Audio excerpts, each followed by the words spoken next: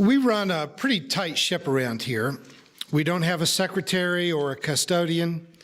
I'm the only full-time employee, and I would say that we barely pay our musicians, except that they can hear me right now, and I don't want to start a riot. Our entire budget, building, salaries, expenses, is actually less than what my salary was when I worked for a large denominational church. But it still takes us a couple of $1,000s a week to survive, and that's sometimes a nearly impossible goal to achieve. Our seated congregation here in Springfield is very small, and we do well to come up with about half of what it takes for us to keep our doors open. The other half comes from our listeners and viewers. We know that we have about 15,000 people who listen to us every month, but only about 100 of those 15,000 actually financially support us. Now, no one's trying to get rich here. No one's trying to build an empire. We just hope to get enough support to keep producing the kind of religious progressive content that we want to be able to share with the rest of the world. So this week, when I come back on Monday morning and I see what our financial volunteers have written out a report for me, and I see that our income would suggest that it's time to put a for sale sign in the front yard.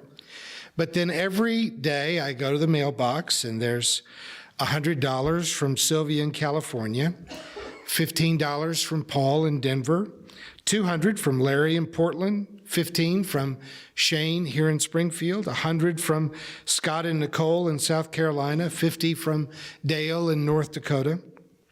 And so it goes. It's a little bit like walking a tightrope without a net. I never know whether I've still got a job or not until the end of the year when we add it all up. 2016 was not looking very good. It looked like we were going to end in a pretty bad place. And then right at the end of the year, a gentleman I've never met who lives in northern Kentucky sent us $15,000. And that made the difference between whether we were going to be in trouble going into 2017 or if we were actually in pretty fair shape. We love to hear from those of you who support us around the world. In fact, I would love it if you would be able to make a short video introducing yourself to our seated congregation. We believe in our mission, and we are grateful to those of you who believe in it with us, who are willing to do more than just listen, but to join the ranks of those who listen and support us. So I want to thank you. I want to thank you for every time that you repost a video, for every tweet, every Facebook like, and email that you use to help us spread this content around the world. And with sincere humility, let me personally thank those of you who contribute here, those of you who come to the actual building and make contributions to the church. But I also want to thank all of you who consume our messages online, because it'd be very easy for you to stay anonymous and never do anything financially to help us. But thank you to those of you who do. If you would like to move out of the shadows from being a listener into being a supporter, to be an actual part of our community, let me encourage you to go to our website, www.spfccc.org, and there's a donate button there.